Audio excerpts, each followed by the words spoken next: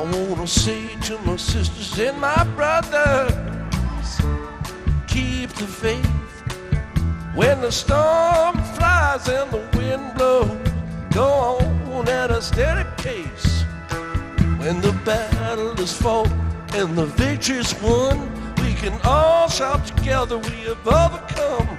We'll talk to the Father and the Son when we make it to the promised land.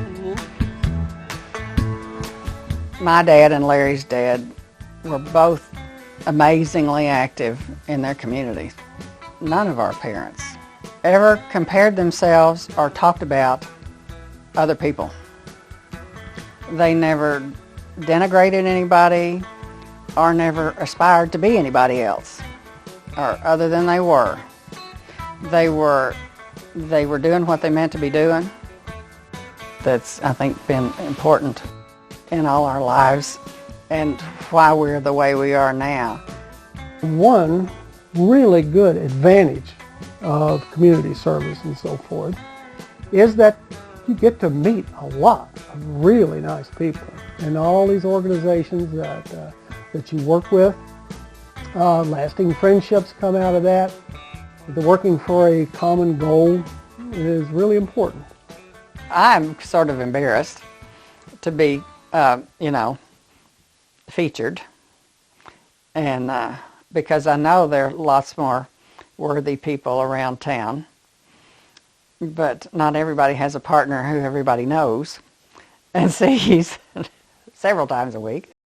When I was on the board of the Shepherd Center of the Greenbrier Valley, we went through this selection process, and I was just amazed at some of the people that came up and the things that they've done. And I really appreciate that Ann and I were selected for this Community Service Award.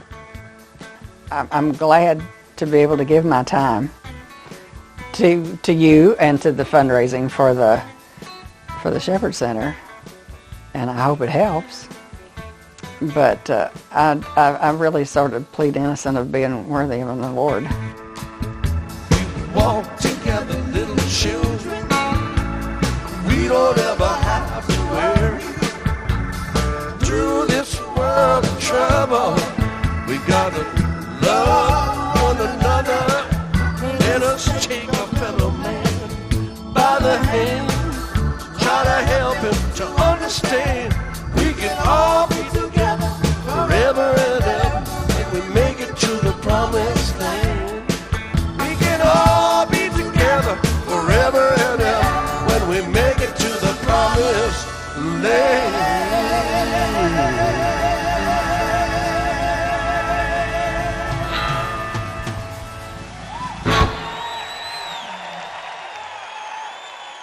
I was born in Abilene, Texas, when my father was in the Army.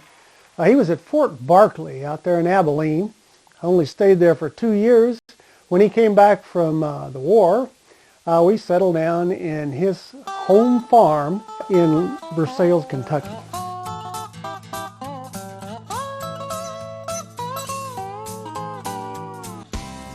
This was a tobacco and cows and sheep farm, so I got to know tobacco and cows and sheep. But one of the best things about it was like living on a nature preserve. I was out all the time when I was a little kid, when I wasn't working or something, or going to school, just enjoying some of the areas on the farm that were a little wilder, that had creeks to play in, that had crawdads to try to lure out of their little chimney holes along the side of the creek, and fish to chase around and make dams and all that kind of stuff, and I really enjoyed that. I think it had a lot of effect on me, so it caused me to really appreciate nature. So I would troop about 3/4 of a mile over to the road and wait for the bus to come rolling by. Usually I'd climb up in the tree that was right next to where the bus would stop, and on occasion I would be pretty far up in the tree when the bus showed up, and so I had to really know how to scramble down and get over there and get on the bus. I went to a girls' school for my first 3 years, first, second, and third grade. They had boys in the first, second, and third grade, and My parents thought maybe I'd get a head start. They were a little worried about my reading ability at some point, but anyway, went to the Margaret Hall School. No longer exists. And it was a good school. I think it did help, and I had some reading tutor, at least one, when I was young. And I moved from there to a small school in Midway, Kentucky. I spent another 3 years over there before I moved on into junior high school.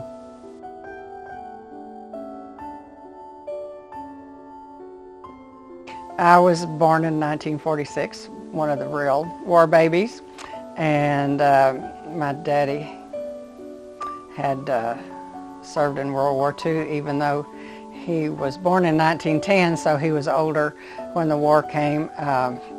He had been in the reserves, been in ROTC in college, and then was in the reserves, and was called up. And Mother and Daddy were married in 1933 and had opened a store in Springdale, Arkansas. And Mother ran the store all the time he was gone. And so I was a seed in the eye about pretty soon when after he got home. So I grew up on a street with fields behind our house.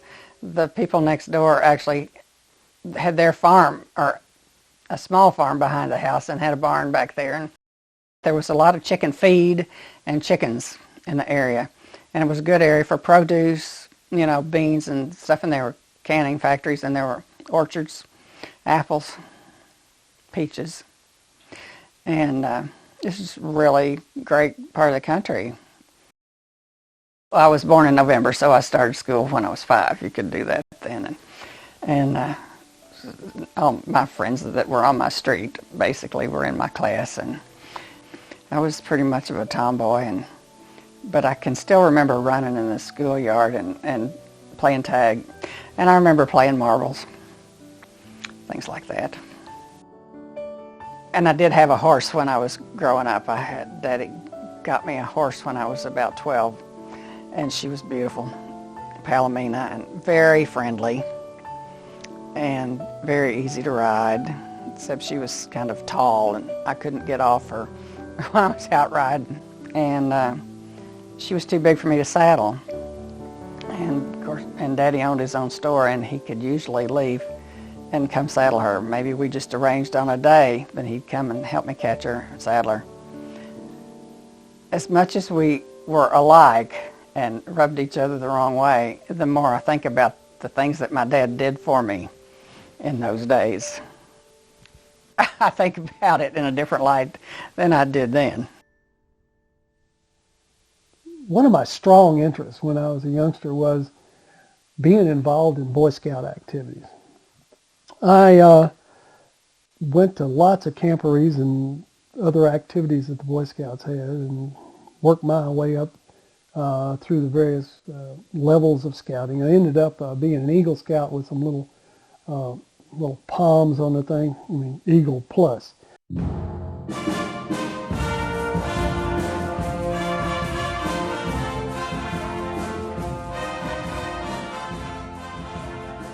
While I was at the high school, I picked up trombone for the first time, which was kind of a feat for me to play that because I was pretty small, and so your arm is only so long. So I can remember being in the band room, kind of using my feet to grab the thing to ease the slide on out to 7th position. I did that a little bit. But that was a great opportunity to learn how to read music.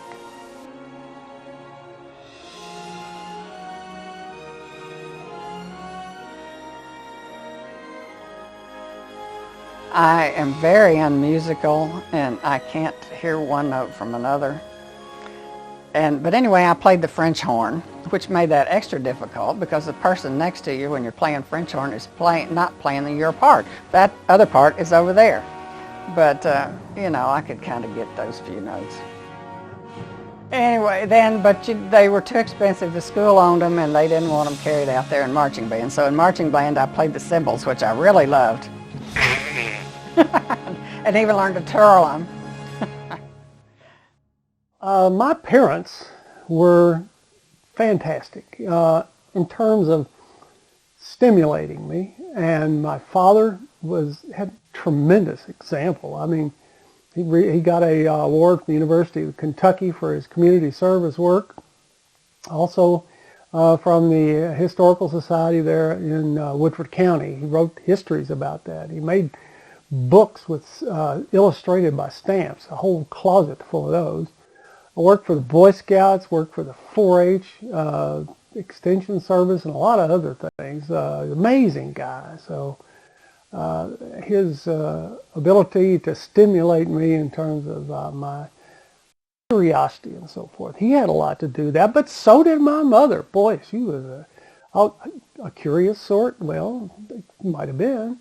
And she'd like to have a lot of fun. And we told jokes at the house and played lots of games. She was a Scrabble whiz. She was from Oklahoma and Texas area down there. That's where my father met her while he was in the service. He was a graduate of Center College, where I went to school. I was there. That's what I met that Ann Davis. You know her. Daddy said, well, if you want to go to a big university, there's a perfectly good one 6 miles from home. And but what he wanted was for me to go to a small Presbyterian affiliated college, which is where we went to church. And so we drove around. We looked at Worcester College in Ohio, which turned out to be way up north for me. And we looked at Hanover College in Indiana. But then we went to Center College in Danville, Kentucky. And it was so dreamy and beautiful there in the bluegrass. I was very lucky that I was there for that last year, which ended in 1965, because at 9 months before I graduated, Ann Licklider showed up on campus from Arkansas. It didn't take long for me to notice her. So it was the first day I was a freshman, and we were going through the line in the dining hall, and he and one of his friends were working back where they put the trays in, and checking out the freshman girls as they went by in line. And then I was walking across campus later, and Larry rode up behind me on his bicycle, and he said, I said to myself, I've seen that before, from behind. And he stopped and asked me for a date. And we immediately went to some parties together and some other events on campus, and started a relationship that's lasted a pretty long time. Love changes everything, hands and faces, earth and sky. Love can make the summer fly, or a night seem like a lifetime. Yes, love changes everything. Now I tremble at your name. Nothing in the world will ever be the same. Had the wedding in September, because her father was in the department store business, and having a wedding around Christmas just would not work. She was finishing up her undergraduate work there in the middle of the between semesters around Christmas and everything. So we had to get that wedding taken care of in September, and then separate until I had the nest prepared over there in Chapel Hill. And our only honeymoon was stopping at Kentucky Dam Village on the way to take me back to school. And I can remember there were 2 double beds in this room, and we just bounced on the beds like kids. So at Christmas, we gathered up my stuff, our wedding presents and whatever we had, and put it in a truck and moved to Chapel Hill. And I think we bought a mattress. And as soon as the roads were okay, kind of gotten a little bit more like spring, Mother and Daddy brought over a load of stuff from home so we could have enough to keep us going. I was working on a PhD in biochemistry. It was over in the medical school part of the campus. And, oh gosh, did I love Chapel Hill. I think that might have dampened my interest in finishing my PhD when I was there. Just, I knew I'd have to leave Chapel Hill once I'd finished that. I was there from spring of '68 till he finished in the spring of '70. And then he got a postdoctoral fellowship in Corvallis, Oregon. And we loaded up his stuff again. And like the Duda man together, more or less in line, just keep trucking on.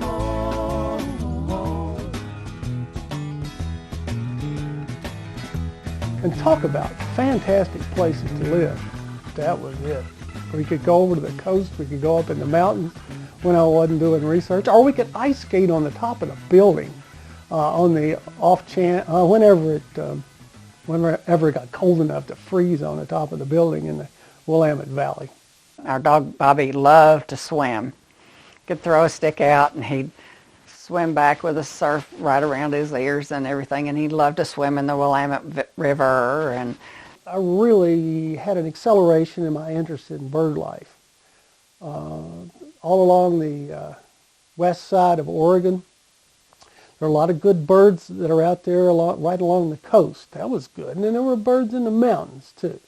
And the Audubon Society in Corvallis was very active. I remember going out to the Finley Wildlife Refuge. It was raining. Sure, it was raining. It's always raining, unless it's the middle of summer up there. Trying to keep our binoculars dry. And we eased up this embankment. Up on the other side of the embankment was a large area of water, and there were a whole lot of birds up there. Ducks, geese, and all that. But when we topped the edge of that embankment, all of those birds took off at the same time. I just got a chill thinking about that. Oh, a good friend of ours whose husband worked in the same lab that Larry did, was a member of the League of Women Voters, and so she took me, and of course it was kind of the issues I was interested in. And the League of Women Voters strives to not take sides, only to not take political sides, but to present issues. It doesn't align with any particular party. And so we did some studies out there. One of the main studies we did while I was there was called Power to the People, and it was about hydroelectric power and other power in Oregon. And it was really fascinating. So that was between 70 and 74. So, yeah, I think that was really forward-looking. And I met a lot of people I liked, and worked with I've always enjoyed working with women who are older than I was. And the Folk Club owned the most amazing fundraising thing. They called it the Folk Club Thrift Shop. Raised a tremendous amount for those days. I thought like $84,000 a year to give back to the community. So that was one of my first big experiences of doing community work. And it was really a lot of fun. We just had a great time being there with the hiking trails and the scenery, and the mountains, and the seafood, and good friends, and all of that. Here's how I ended up in Lewisburg, West Virginia. I finished a year teaching biochemistry and chemistry and some cell physiology at Berea College in Kentucky. While that guy was on sabbatical, I thought I'd try that out. Oh, great students there from Appalachia, see? So when I finished up at Berea, we were taking this trip with Ann's mother and father over to the East Coast. Well, the car was giving us a hard time on Route 60 between Charleston and here. Couldn't figure out what it was, so we pulled off in Lewisburg. They discovered that there was a blockage there from the gas tank into the line that the fuel takes over to the engine. That's what it was. We stayed at the Fort Savannah. Woke up the next morning and looked around and said, "Oh, This is a beautiful place. It'd be nice to live here. What he really, really wanted to do was teach. So he got another job, postdoc at Oklahoma State, which was nice because that was 3 hours from my folks. The wildest stories I have had to do with Oklahoma State University there in Stillwater. For instance, some of it had to do with cows. I was studying the aggregation of platelets, bovine platelets. So I would ride my motorcycle out to the agricultural part of the, just off campus. And someone would draw some blood from one of the cows, and I would throw it in my backpack and ride my motorcycle back to town. Occasionally I'd see a tarantula trooping across the road, and once I picked one of those up in a jacket and took it into a guy in the same building that I was in. He was working on spider venom, including brown recluse. So you never can tell when you're going to find something to do research with. We liked being there too. It was really, I think, when Larry got really, really interested in bird watching, because that's on such a flyway there in the central Oklahoma. 2 years after that, I found out that there was an opening at the West Virginia School of Osteopathic Medicine. I didn't know that was in this town. They needed a biochemist. So, boy, I just got on an airplane, flew right on over here, checked the place out, and found out I wanted to come here. I want to say to my sisters and my brothers, keep the faith. When the storm flies and the wind blows, go on at a steady pace. When the battle is fought and the victory's won, we can all shout together, we have overcome. We'll talk to the Father and the Son when we make it to the promised land. One of the things that had an effect on that, I'm pretty sure, was I met Roland P. Sharp. You get to meet the president and everybody else practically on campus when you're here to interview. And I really wanted to come work in the place where he was, because I could tell he was really dedicated to helping the people of West Virginia. This school was not just about getting doctors out there. It was to get people out there, doctors that could help the people who live in West Virginia and other parts of Appalachia. Let us take a fellow man by the hand, try to help him to understand. We can all be together forever and ever, and we make it to the promised land. In terms of research, I think probably the most significant thing that I put together with Alan Roberts, who was working at the school too, is that we decided to just find out how well the School of Osteopathic Medicine was doing in terms of placing primary care physicians in rural Appalachia. And I worked through the directories for the American Osteopathic Association, also the directory of MDs, and by golly, found out that even by the late 80s, it was already showing up that a lot of the students were doing just that, primary care physicians in rural Appalachia. This was very satisfying because I knew that was what our mission was, and that also didn't hurt in terms of keeping the legislature of West Virginia satisfied that their money was well spent in Lewisburg. One particularly attractive thing about the West Virginia School of Osteopathic Medicine, aside from the fact that it's in a beautiful location, I love living here, was that it was kind of a family. I mean, you know about that. You know that Gwen Klingman, she was very close to the students of osteopathic medicine, served a lot of them at down at Klingman's, right in the middle of town. But up at the school, things were going on there between the faculty and students, making it more of a family. We started a soup kitchen at the school, and all during the exam weeks, there would be food available for all the students in a little room down there on the first floor of the main building. We had a lot of organizations to thank for that, such as the Methodist Church.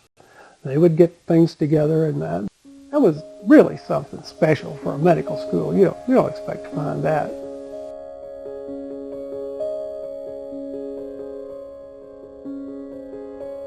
This is a lovely place to have a baby and have children.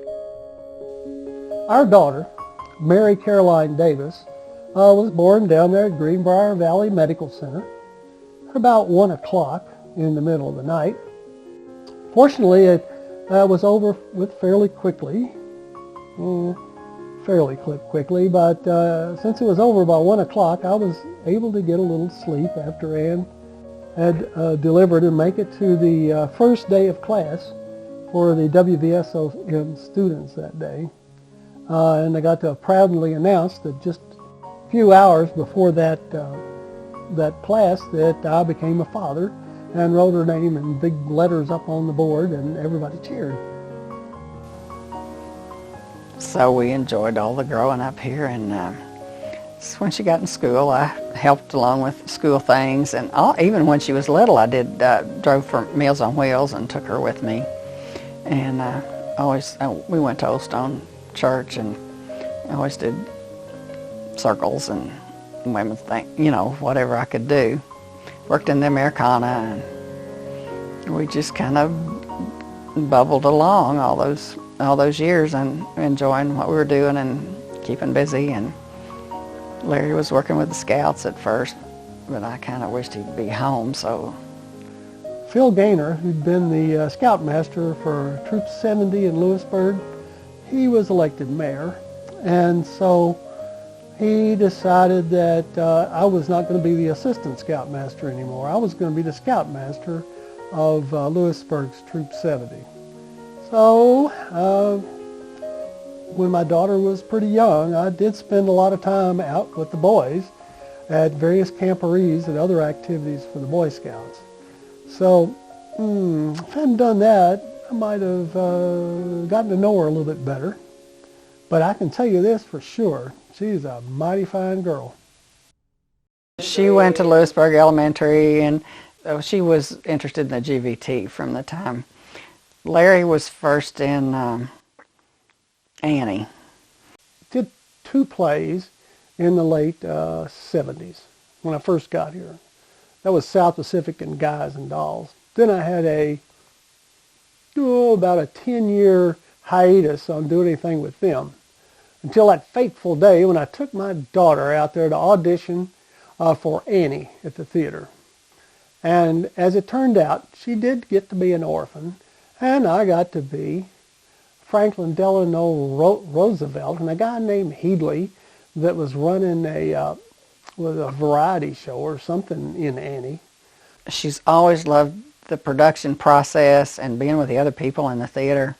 We've always enjoyed having kids that worked as interns at the GVT stay here, and I think I got that from when I was in junior high. Probably we had a missionary come from Brazil, and Daddy was just thrilled to have him stay at the house, and that probably happened more than that one time. And I think that was really another lesson in how to use what you have and share that.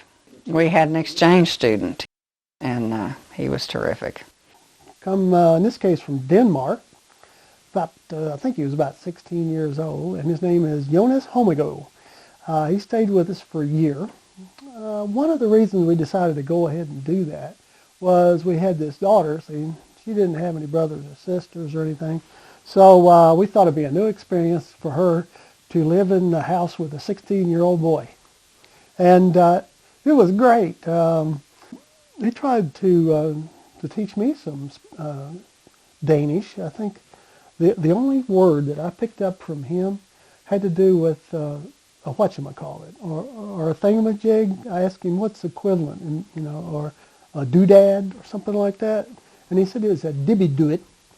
So if you're ever in Denmark and you see one and said, look at that, dibby-do-it, it's just one of those things, don't know what it is. It's really great to have somebody who's enthusiastic about everything and thrilled with everything and always ready to do something new and happy with everything, basically, that he's doing and that he sees done and the next adventure coming up. And it really is quite a gift for him and lots of us. And I know it has been wonderful for Mary. People need different parents. Hello, I'm your mighty but friendly protease, and here I am in the endoplasmic reticulum of somebody's beta cells in their pancreas. Away you go! Now, I've been fortunate to judge some science fairs around here since I've been involved with science for a long time. I have gone to science fairs all around this area. I've gone to Montgomery, West Virginia, where they had regional science fairs for high schools and so forth. I've done that. It could well be that what I've been involved in around Greenbrier County and the rest of West Virginia for the longest period of time is public broadcasting in West Virginia. The outfit had a booth out at the state fair way back, I mean about 1978, right after I got here. We had a great time there. But I just got to diverge because one time when I was out there working at the booth, along comes Stan Sweet. And I say, Stan, what you up to? And he said he was going to go down and judge a hog calling contest. So I got somebody to take my place at the public broadcast. It was public television at the time, exclusively. To take my place there, and I headed for the barn where they were doing the hog calling contest. On the way over, I was trying to figure out how I was going to call hogs, and I decided I'd try to do it musically. So I picked the theme from the William Tell Overture. So when I got there, I made sure the Stan did not see me. And so I went out, and it went sweet pig, sweet pig, sweet pig, pig, pig, sweet pig, and so forth. And I tried to do it with the flair of an operatic tenor.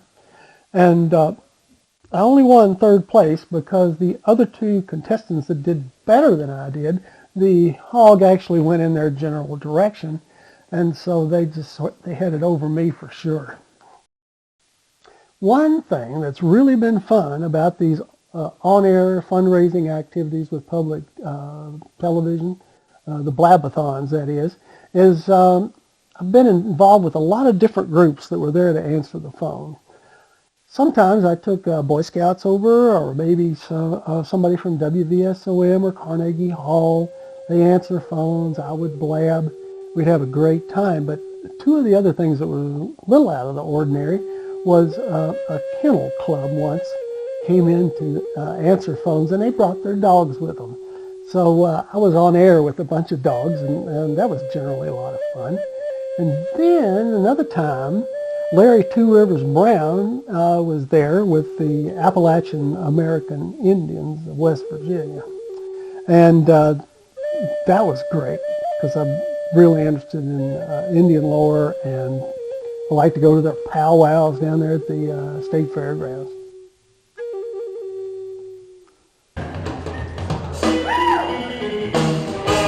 Who's that whispering in the trees? It's two cities and they're on leave. Hats and chains and swinging hands. Who's your daddy? Yes, I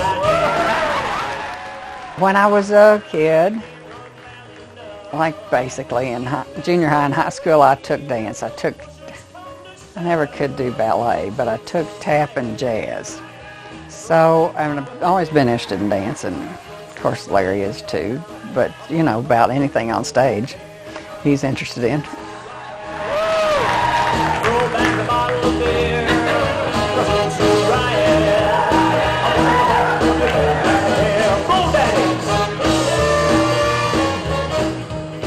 Well, Mary was a little bitty, and a friend called me, Ellen Brody, and asked if I'd be on the Trillium board, and I said yes. We had some really good times. I was there when we first realized we need a permanent office help. One thing we always needed was storage, One thing we always need is to raise money, and the ideas came along from the dancers who really weren't anxious to sit for board meetings.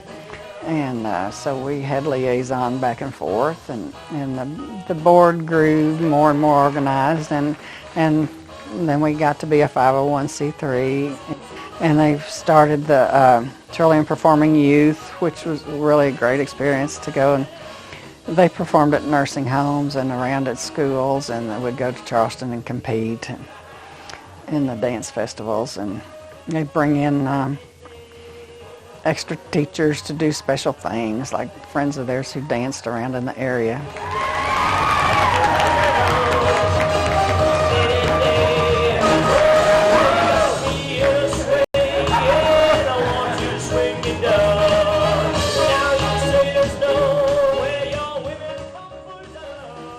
But Trillium really needed its own space.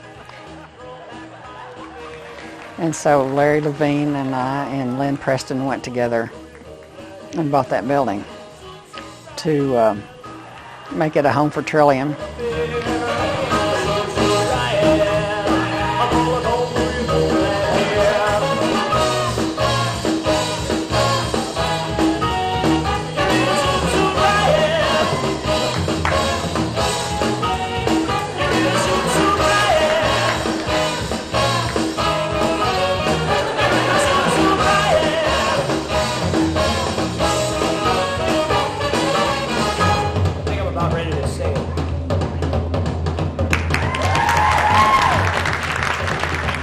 Play hoo-ha!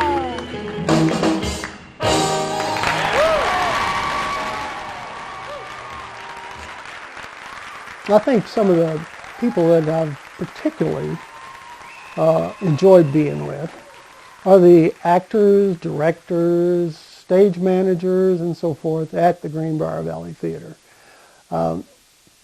It's sort of a fraternity for a sorority or something of people that are working for a common cause in terms of providing things for this area in the country, both economic benefits, of course, but also an opportunity to see things live. Something about that. I'm telling you, a live audience, there's something about that. The Shepherd Center of the Greenbrier Valley has been running a really nice program. That's the Adventures in Learning. And I've taught these play reading classes, which are really fun for me and also for the people involved. Really pleased with some of the performances that people have given when we read plays together with varying amounts of dramatization. It's really been fun. Well, I started going to the Shepherd Center as soon as I could because I was 55, when I was 55. But always after Mother and Daddy had passed away and had had so much attention from their congregation, I was really glad to be able to drive people to places they needed to go. And I appreciated so much the fact that people had always been there for my folks when I was far away from home.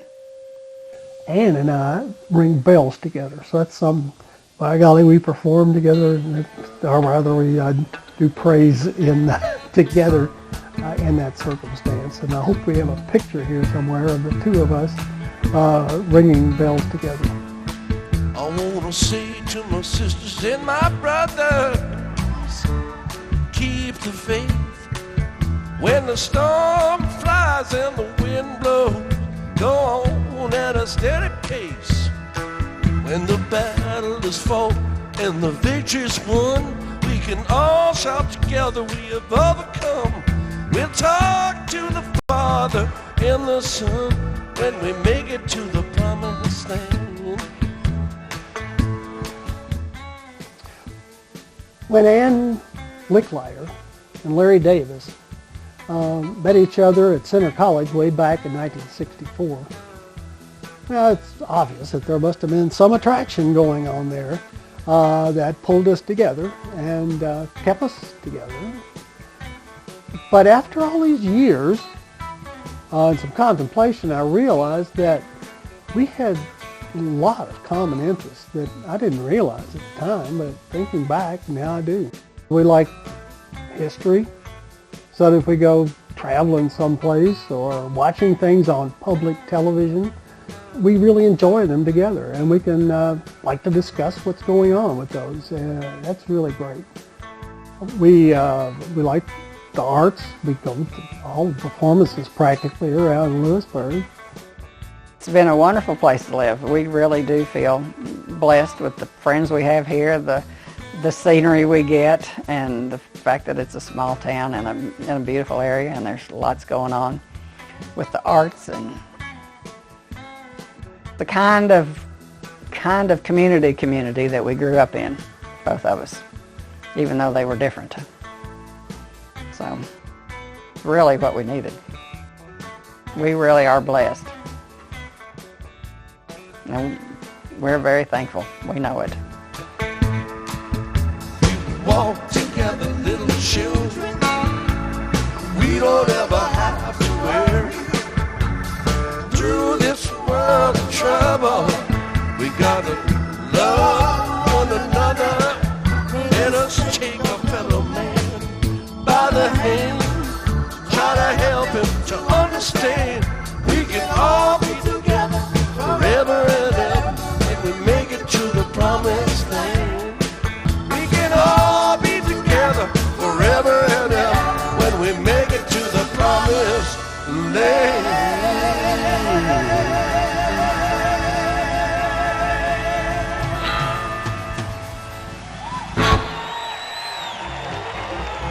Well, I tried to sail the sea of life, I rode my boat alone.